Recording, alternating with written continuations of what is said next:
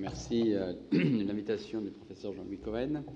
Alors, ces dernières années, on le sait, ont vu la création de nombreux projets de restructuration urbaine dans lesquels les musées et d'autres équipements culturels ont joué le rôle de catalyseur de la transformation des villes. Et souvent, ces villes avaient des ambitions touristiques. Plus récemment, depuis le succès médiatique du musée Guggenheim de Bilbao, nombre d'élus et de techniciens des collectivités publiques partagent la conviction que de grands équipements culturels possédant une forte identité architecturale permettent de modifier l'attractivité touristique, mais aussi économique des destinations. Et c'est la question que je voudrais aborder. Qu'en est-il réellement? Est-ce qu'on peut réunir des éléments convaincants à ce sujet et est-ce qu'on peut tirer des enseignements des différentes expériences qui seront présentées? Alors, les motivations des touristes sont complexes, celles des visiteurs en général, mais on peut observer que leur choix d'une destination est lié à différents facteurs. Alors, soit ils choisissent des destinations qui ont une forte identité ou une forte histoire, comme des villes telles que Berlin ou Barcelone, soit ils choisissent des villes avec une composante culturelle de premier plan, comme à Vienne ou à Florence, ou une ambiance, parfois, comme à Dublin ou à Marseille. Et puis, parfois, ils sont réceptifs à des stratégies volontaristes de développement, comme pour des villes telles que Liverpool ou Lille, qui ne sont pas des destinations, qui n'étaient pas autrefois touristiques naturelles. Et parfois, c'est lié aussi à des grands événements, tels que le festival d'Édimbourg ou celui d'Avignon. Alors, il faut bien reconnaître que dans cette configuration, les grandes capitales bénéficient d'avantages sans égal. Je pense à des villes comme Paris, Rome, Madrid ou Londres, puisqu'elles disposent de grandes infrastructures culturelles, de loisirs, de transport, de nombreux moyens de déplacement, de dispositifs de loisirs, et également d'endroits de restauration et d'hébergement de toute nature. Mais ce qui est intéressant à observer, c'est que même ces vedettes, si je puis dire, du tourisme international, ont besoin périodiquement de renouveler leur offre et leur image. On en a l'exemple ici à Paris avec un contrat de destination qui s'inscrit dans le cadre du projet du Grand Paris et qui cherche à aller au-delà de la traditionnelle offre muséale et patrimoniale de la capitale. Alors, il faut rappeler, s'agissant de la dimension économique, que celle-ci repose traditionnellement sur des éléments tels que l'hébergement, le transport, la restauration, les commerces, mais qu'il ne faut pas oublier que tout ce qui favorise la déambulation urbaine, la découverte en profondeur ou la simple flânerie contribue significativement à allonger la durée de séjour, ce qui, en soi, est capable d'entraîner des retombées économiques. Parce que les visiteurs qui restent davantage dans la destination, au-delà de la visite des grands équipements, vont, à l'occasion de leur flânerie, effectuer probablement des achats dans les cafés, dans les galeries, dans les marchés aux puces, chez les antiquaires, dans les brocantes, etc. etc. Cela suggère, cette simple observation, qu'il convient de ne pas prendre uniquement en considération les grands équipements de prestige, si on vise un impact économique, mais aussi tout ce qui fait le charme de la découverte d'une ville au plus près de la vie de ses habitants. Et on sait qu'aujourd'hui, beaucoup de touristes ne veulent pas être vus comme des touristes, ils veulent se comporter finalement assez proche du quotidien des résidents. Alors, y contribuent les parcs et jardins, par exemple, le petit patrimoine, les animations de rue, les lieux insolites, les marchés, les spectacles de rue, un ensemble de choses qui font la qualité de la vie urbaine. Alors, cela nous conduit également à l'observation que la participation des habitants, ou du moins leur adhésion au projet de développement touristique devient cruciale. Parce que ce sont eux qui sont au contact avec les habitants, avec les visiteurs, qui peuvent faire partager leur sens de l'accueil, qui peuvent leur faire partager leur bon plan, entre guillemets, et qui, le cas échéant, peuvent servir de guides bénévoles sur le modèle des greeters, que nous connaissons dans le monde entier. Et à l'inverse, lorsque on est confronté à ces phénomènes de surfréquentation, on court le risque d'un rejet de la part des habitants, et on le constate dans des villes extrêmement soumises à cette pression touristique, comme à Amsterdam et surtout à Barcelone, où cela suscite des réactions de nature politique. Alors, je voudrais prendre l'exemple de la ville de Nantes, à présent, qui a assis son projet de développement et sa stratégie de médiatisation sur la valorisation d'un ensemble de ressources artistiques et sur l'alliance entre le patrimoine, d'une part, et les manifestations événementielles autour, notamment, de la musique, les folles journées de Nantes, qu'on connaît bien, et l'art contemporain. Par conséquent, ici, ce n'est pas un grand équipement culturel de prestige qui constitue l'élément attractif de la ville, mais plutôt un ensemble de composantes. On peut y voir, à mon sens, plusieurs raisons. D'une part, les élus, les techniciens de la ville ont probablement perçu les limites des stratégies inspirées de l'exemple de Bilbao, on y reviendra. D'autre part, ils ont peut-être souhaité s'appuyer davantage sur l'identité et l'histoire de la ville. Et enfin, il n'est pas exclu, il faut bien le reconnaître, que cette solution soit apparue moins coûteuse que la construction d'un grand bâtiment destiné à servir d'emblème au développement du territoire, comme on le voit actuellement à Bordeaux avec la Cité du Vin, ou à Lyon avec le musée des Confluences, avec des sommes en jeu qui sont importantes. Donc la ville cherche à mettre en cohérence un ensemble d'offres culturelles et touristiques, les célèbres machines de l'île, connues dans le monde entier, mais aussi le mémorial de l'abolition de l'esclavage, le lieu unique, très connu également, la cathédrale, le musée des Beaux-Arts ou encore le château des Ducs de Bretagne. On peut souligner que ces projets apparaissent en cohérence avec le passé de Nantes, la mémoire du commerce maritime, l'esprit, le souvenir de Jules Verne ou encore la réappropriation de bâtiments industriels. Alors, en termes, il est difficile à ce moment-là de tirer un bilan rigoureux de l'impact économique et touristique de ces projets, mais on peut souligner sans aucun doute que l'impact médiatique du positionnement culturel de l'agglomération nantaise est reconnu et sans doute participe à l'attractivité du territoire. Alors venons-en maintenant aux grands équipements eux-mêmes. Dans d'autres villes, en effet, d'importants équipements occupent une place particulière dans les stratégies de développement, parfois des bibliothèques, on a parlé de Seattle, plus rarement des conservatoires de musique ou de danse, ou des centres d'archives, mais plus généralement, on l'a dit, à la fois des salles de spectacle et surtout des musées. On pense à Denver, qu'on a évoqué, Toronto, Athènes, Porto, Milwaukee. Toutes sont plus ou moins atteintes du syndrome, si vous me permettez, de Bilbao. Or, je vous indiquerai à cet égard que force est de constater que la force du tourisme architectural, si on peut appeler ça de cette façon, ne paraît pas suffisante à elle seule pour susciter un courant de visites régulier se maintenant à un niveau élevé.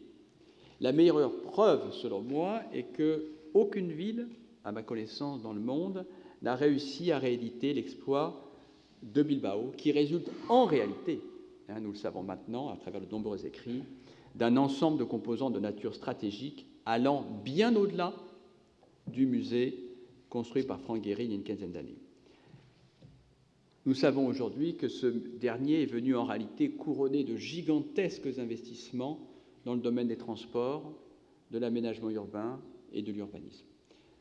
Et la meilleure preuve également de cela, c'est que beaucoup de visiteurs aujourd'hui se rendent à Bilbao du fait de l'attractivité de la ville sans nécessairement se rendre, ou en tout cas visiter, le musée Guggenheim.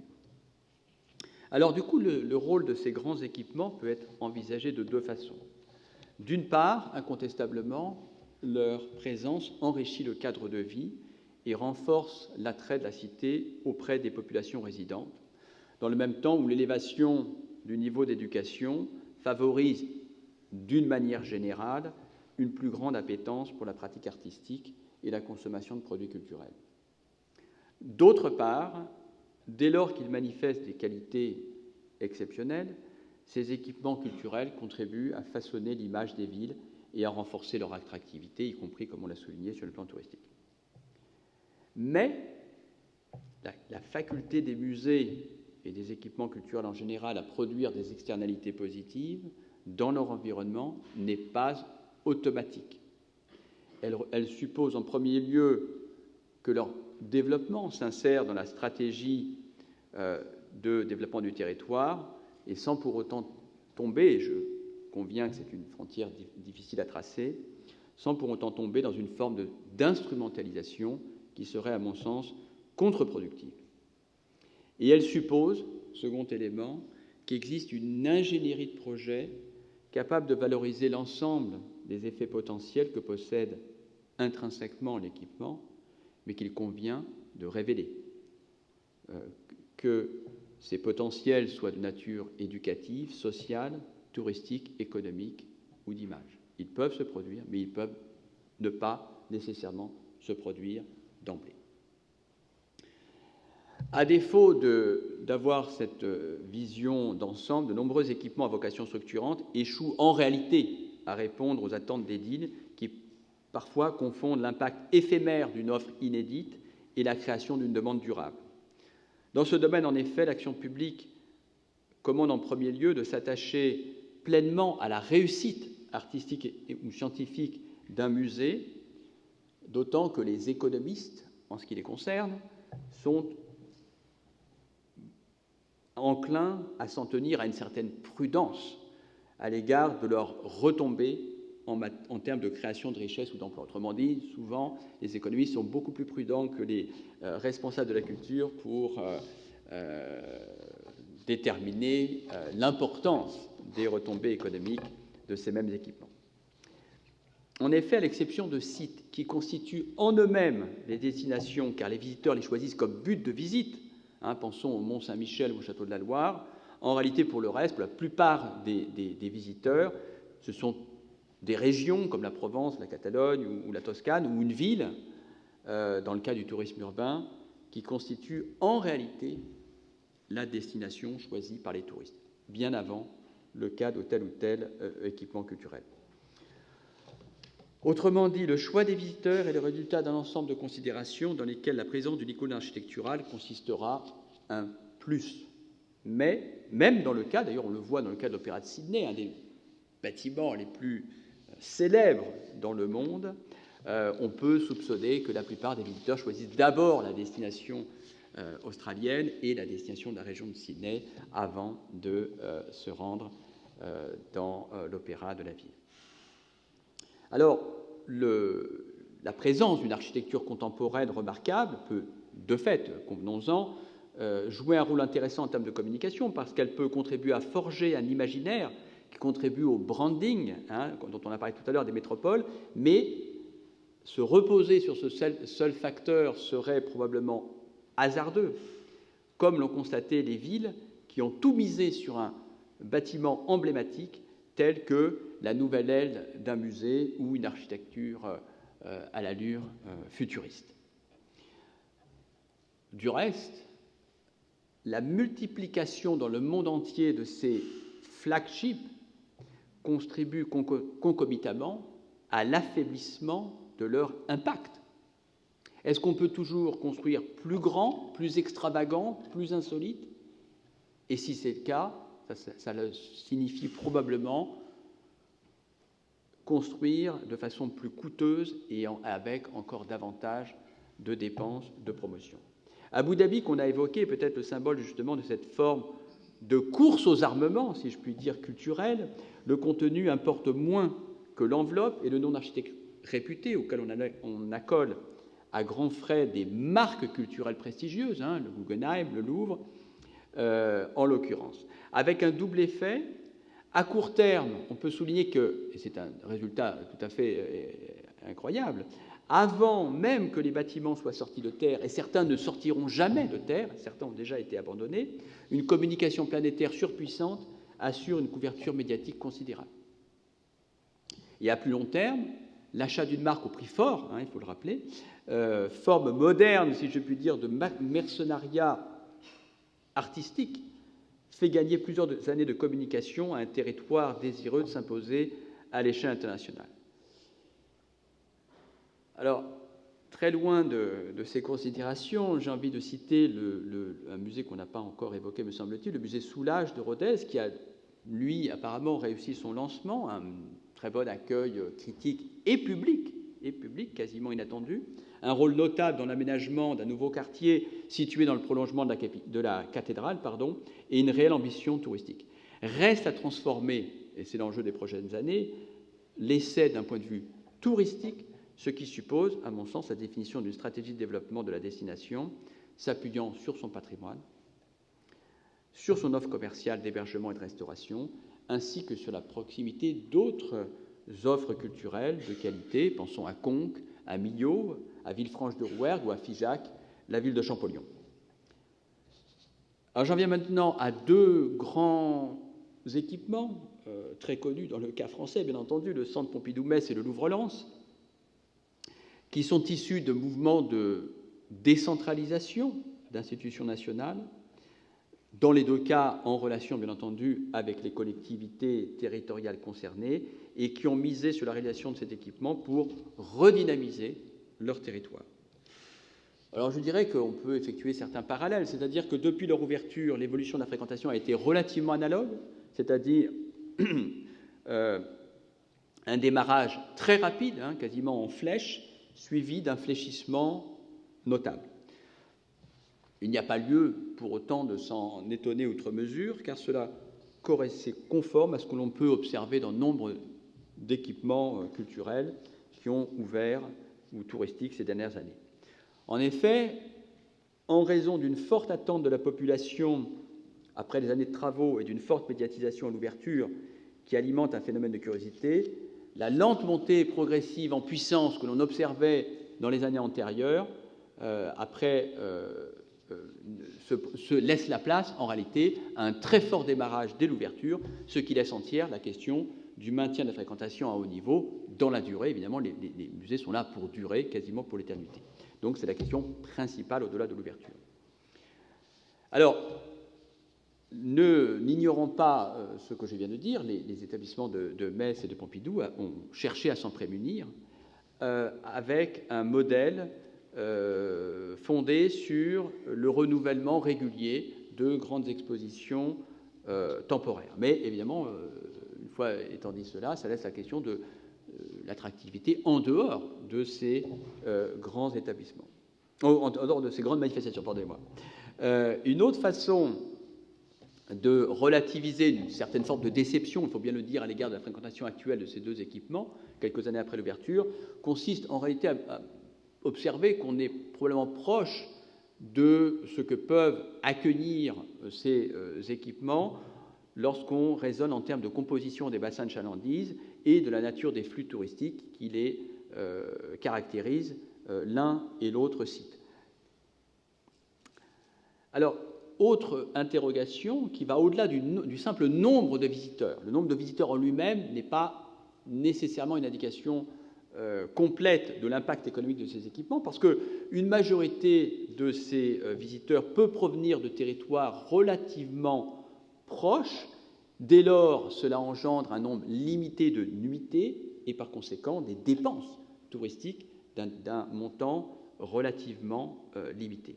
D'ailleurs, à Metz, on voit bien que 3/4 des visiteurs proviennent de France, dont une majorité, bien entendu, de Lorrains, et que les étrangers viennent, eux, et c'est logique, de pays limitrophes, l'Allemagne, la Belgique ou le Luxembourg, et qui, dans ce cas, si c'est le cas, ressortissent davantage à la catégorie des excursionnistes, gens qui font l'aller-retour dans la journée, plutôt qu'à celle, en réalité, des touristes. Alors, si je reviens maintenant au cas du Louvre-Lens, je cite, pour montrer l'encadrement, si je puis dire, économique du projet, le choix de Lens, et je cite, est une opportunité exceptionnelle, celle de redéfinir un territoire fortement marqué par la crise industrielle et sociale en pariant sur son attractivité culturelle. En outre, on pouvait lire à l'ouverture que le Louvre-Lens sera le catalyseur d'un nouveau développement économique, d'une transformation profonde et durable du territoire. Donc, l'instrumentalisation du Louvre-Lens à des fins économiques ne fait pas de doute. Or, quelques années après, si on lit le journal économique Les Échos de janvier de cette année, je cite, « Le musée du Louvre-Lens, en réalité qui n'est pas un musée au sens de la loi française, mais ça c'est un autre débat, peine à redynamiser, je cite toujours, l'ex-territoire minier. L'équipement culturel n'a pas généré la dynamique économique espérée par l'ancien bassin minier et son coût inquiète, 15 millions de budget de fonctionnement annuel, de fonctionnement, face à une fréquentation qui plafonne.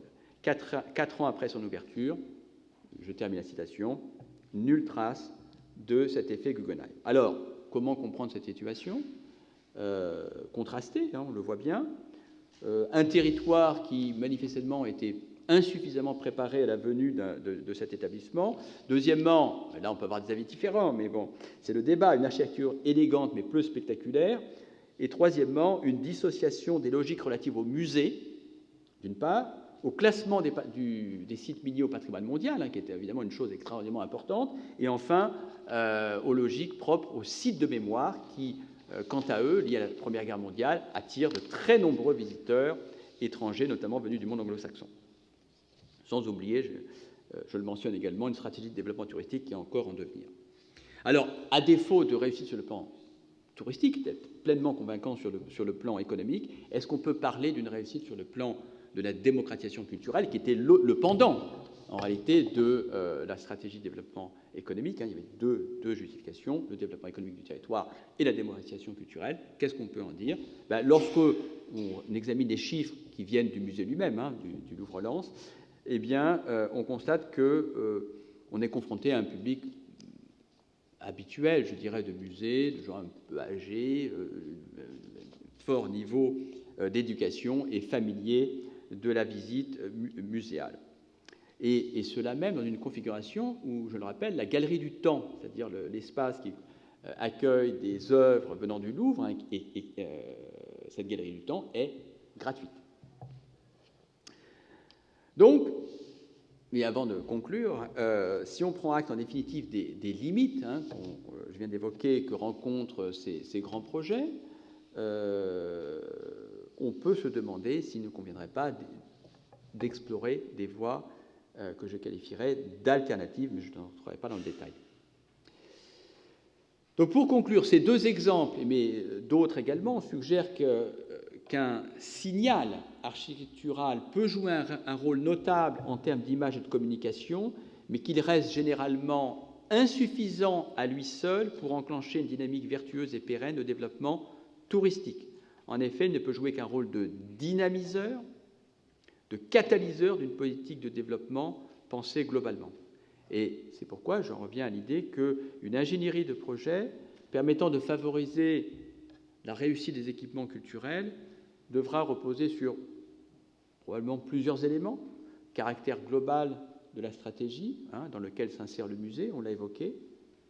L'établissement de liens dans le territoire, de partenariats, de coopération avec les acteurs du territoire, dans le domaine éducatif, dans le domaine social, dans le domaine touristique, et la participation de cet équipement à de multiples réseaux. Il ne peut pas être perçu comme hors sol, déconnecté du territoire qu'il accueille.